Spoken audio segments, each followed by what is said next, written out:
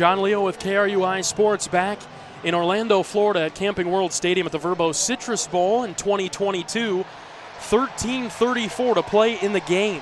Kentucky 13, Iowa 10, and the Hawks are faced with a 3rd down and 7 at their own 30-yard line. Got to get past, well, got to get to the 37. If Iowa can get to the 37 at least, it'll be a 1st down. Something that Iowa, to be quite frank, has struggled with a little bit today. They're 1 of 6 on 3rd down.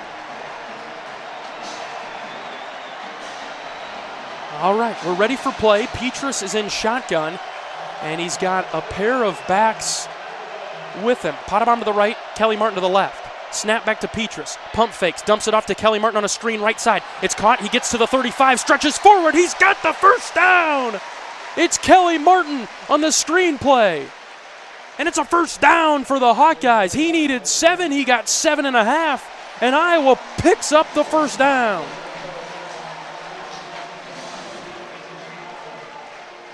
Iowa moves the sticks near the 40-yard line. Needed to get to the 37, got to the 38. Under 13 minutes to play in the game. Hawks trail by 3. I formation for Iowa.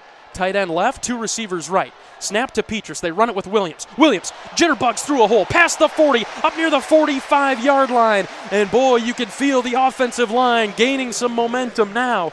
It's been this combination of Richmond and Schott and Linderbaum, Colby and Plum that are moving the line down the field. And it's a pickup of 7 on 1st down for LaShawn Williams, who in his first real action of the season is having an outstanding performance so far. 2nd down and 3 for the Hawks near the 45. Same formation with tight end left, I formation, snap, and a give to Williams. This time he's going to get back to the original line of scrimmage, and that's it. He'll gain maybe a yard, I suppose, as he gets to the 45, and it'll be 3rd down and a long 2 for the Hawkeyes. 12:05 and counting. Kentucky 13, Iowa 10. 3rd down and 2 for the Hawks. Spencer will break the huddle. Let's see the formation. Okay, empty set for Petrus, who stands in shotgun. 3 receivers right, 2 to the left. Spencer orders to the offensive line.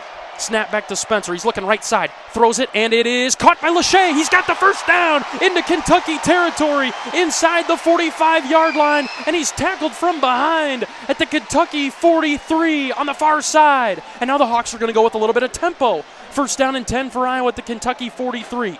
Snap to Spencer. He turns and he gives it on the ground to Williams. Gavin tries to stretch it outside. He cuts up at the 40, down the near sideline, and he's tackled down at the 36-yard line. A nice pickup on 1st down for the Hawkeyes as they go with a little bit of tempo. And now Kentucky has an injured player cramping up at the 40-yard line.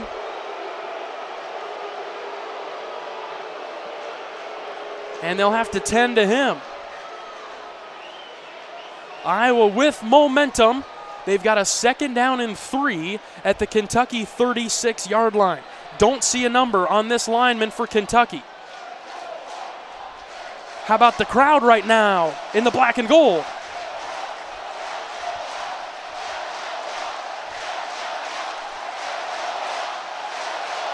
The loudest they've been all day, folks.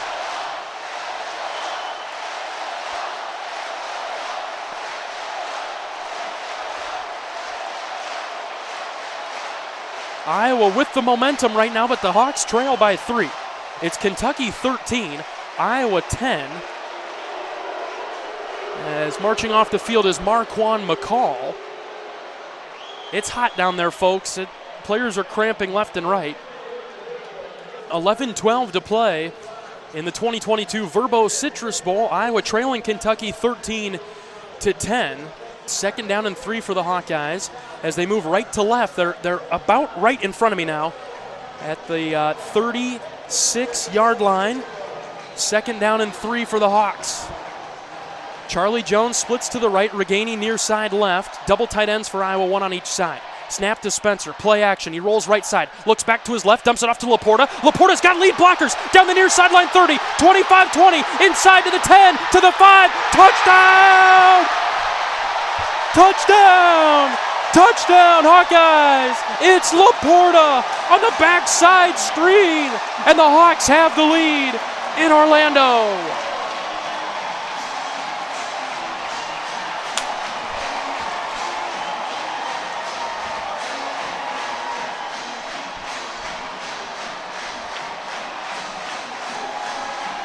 How about that?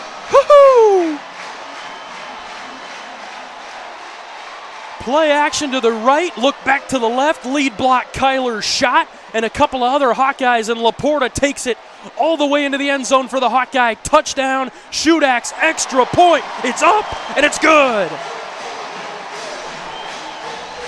Iowa 17, Kentucky 13, 10:54 to play in the game.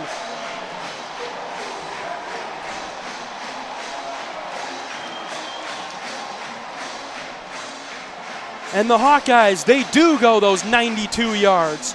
9 plays, 92 yards. They take up 3:15 of the game clock. And it's a touchdown pass of 36 yards from Petrus to Laporta. And the Hawks, after playing catch-up all day long, they'll have the opportunity to play with the lead in the fourth quarter. 10:54 to go.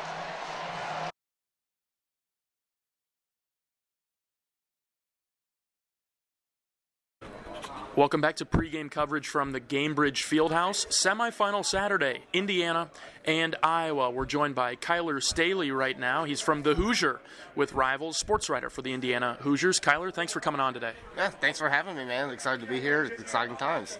Yeah, we met up yesterday, and you guys got that big win over Illinois. Do you think that win got you into the tournament? Are you still on the bubble? Are you on the outside looking in? How do you feel about the Hoosiers and the NCAA tournament right now? I think it locked us in as far as, where we are now. As far as are we in the first four, the first four buys, wherever we're at, that's still to be determined. We'll probably figure that out today. Make a pretty good guess. But no, yesterday's win was big for IU, probably the biggest win that they've had all season. What were some of the keys to that win yesterday? Obviously, Trace Jackson-Davis was really good, as he's been all year. Yeah, no, Trace really turned it on. He played his All-American self. He's been kind of hit and miss since Indiana played Illinois back in February. He mentioned yesterday how that game kind of took away his confidence. But no, he was excellent yesterday. Xavier Johnson has been playing, lights out, playing like a guard that we really needed him to do. It was a big win. They kept pace with Illinois, what you have to do to win, and they just made the right plays and played 40 minutes.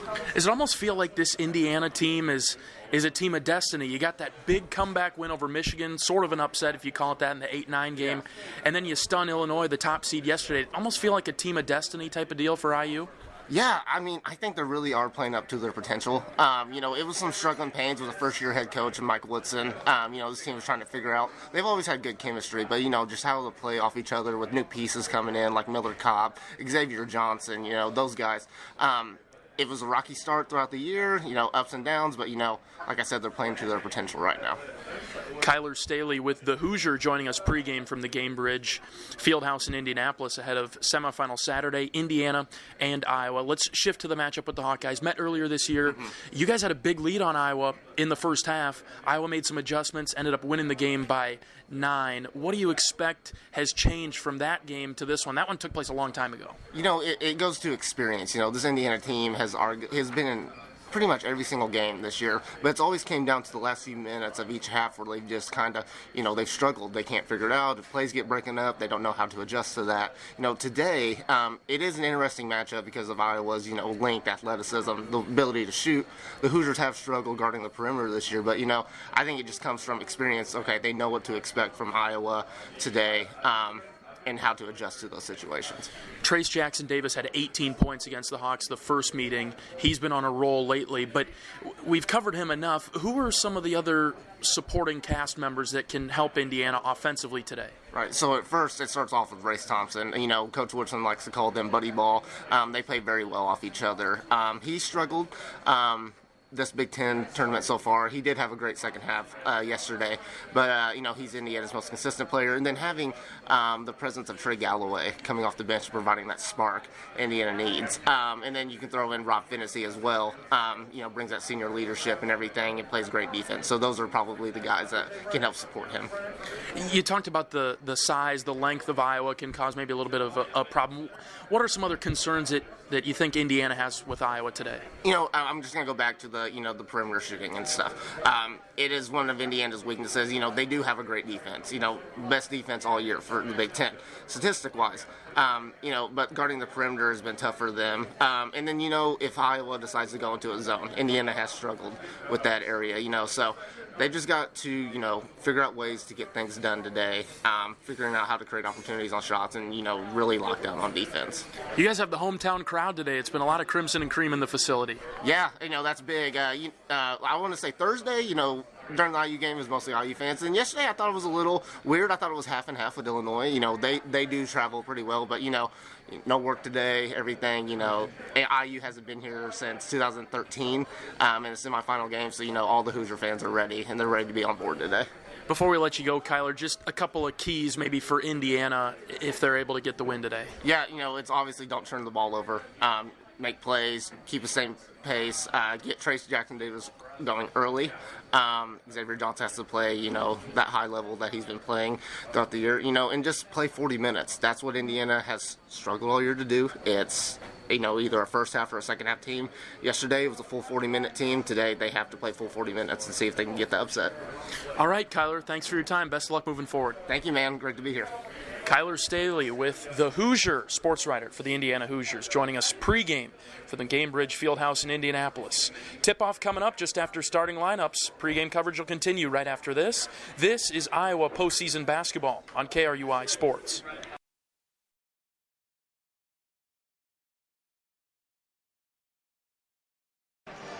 Purdue's pulled out in front here with 15:41 to play. It's the Boilermakers 44, Hawkeyes 42. The Hawks are hanging tough here, but Purdue's taking the lead.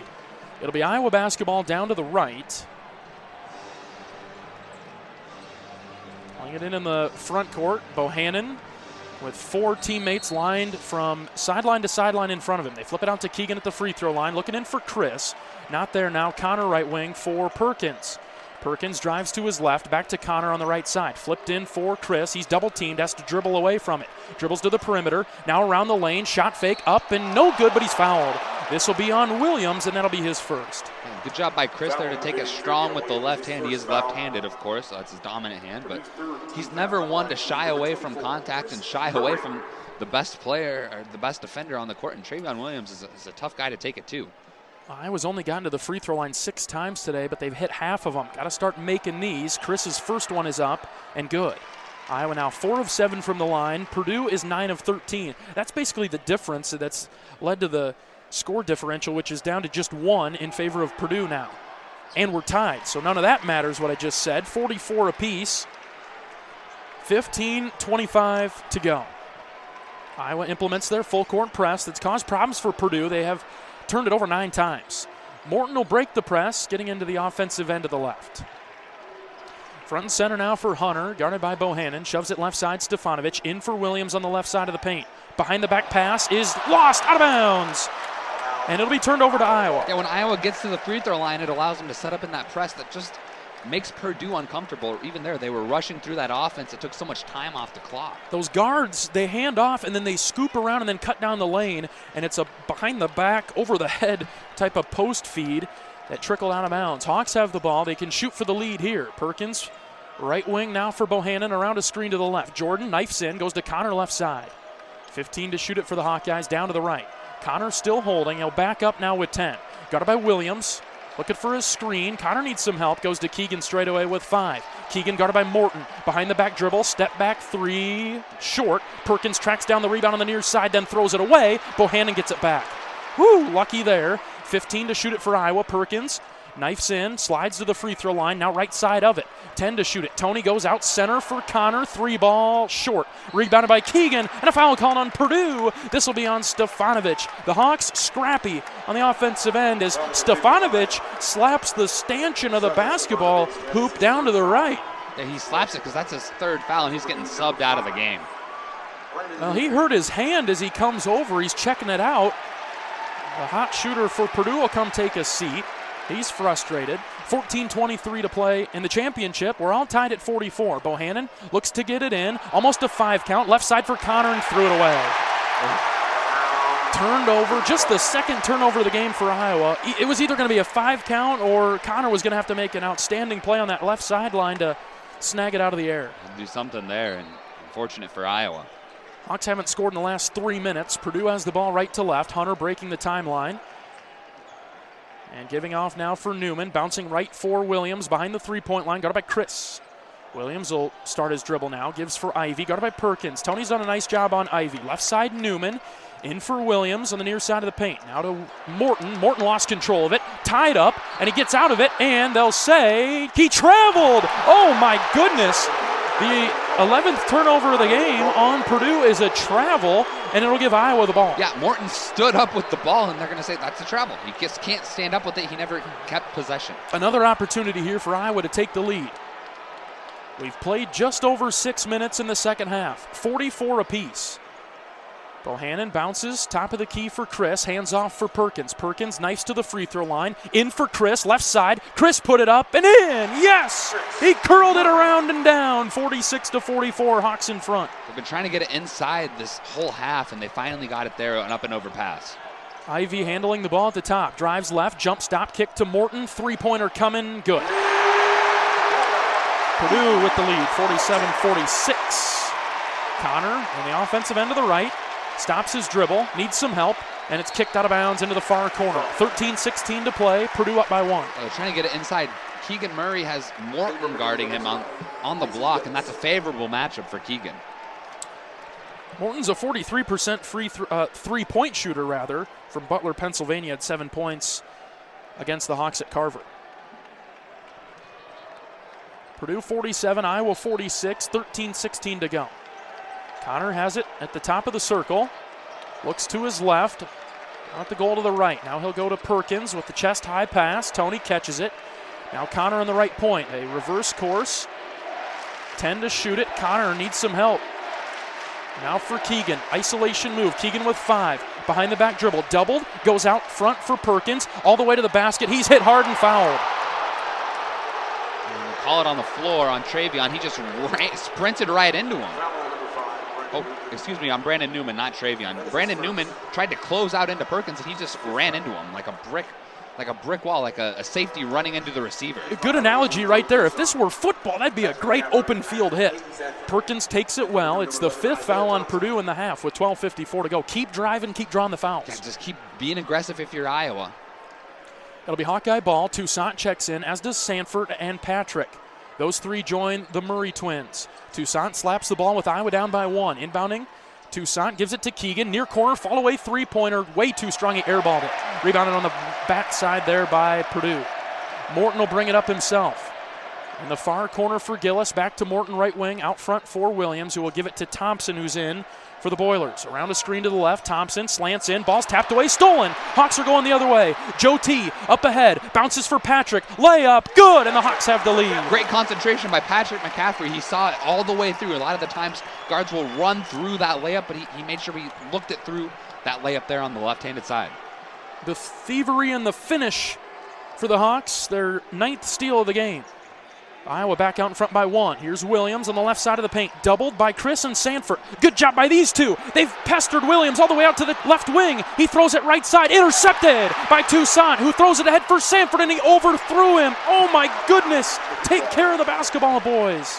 Yeah, he knows he made a mistake. He immediately slaps the ground. He says, my bad. He looks to Coach. Coach says, hey, you're good. Way to read the pass, Joe. Just take your time and set up in the press. Next play. Iowa 48, Purdue 47, 12:01 to play. The Hawks have been scrappy. They've got 10 steals. They've forced 13 Purdue turns. But they give it right back to Purdue right there. Under 12 to go. The lead is 1 for Iowa. They flip a pass for Newman, left wing. Shot fake. In for Edey. Bad pass. And tapped out now for Newman, who picks it up.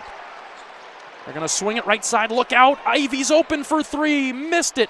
Edie's got the rebound. Put it up. Blocked away by McCaffrey and Murray. Patrick's got it. You don't have numbers, Patrick. Slow down. Chris, right wing. Out for Patrick. Here comes a three-pointer. Bingo! Patrick McCaffrey trying to silence this Purdue crowd. They were booing him. They said, no, Patrick, you can't shoot it. And Patrick said, right back at you. Patrick for three. Iowa 51. Purdue 47. 11:20 to go. Bounced for Gillis on the left wing. Now for Ivy. Around a screen to the right. He's open for three, and he left it off the rim. Rebounded by Edie, but a foul called on the Hawkeyes. And we'll see who it's on. It's on Keegan, which will be just his first. That's so tough with Edie. He doesn't even have to jump for the rebounds, and if you don't get him boxed out, there's not a lot you can do if you're Iowa. But, man, this Iowa team, they forced 4 turnovers in the last 5 minutes. It's got a lot of momentum going their way right now. How about that three-pointer from Patrick McCaffrey to give Iowa the momentum and the 4-point lead at the under-12 media timeout. 11:10 to go in the championship game from Indianapolis. And it's Iowa 51, Purdue 47. We're back with more right after this. This is Iowa basketball on KRUI Sports.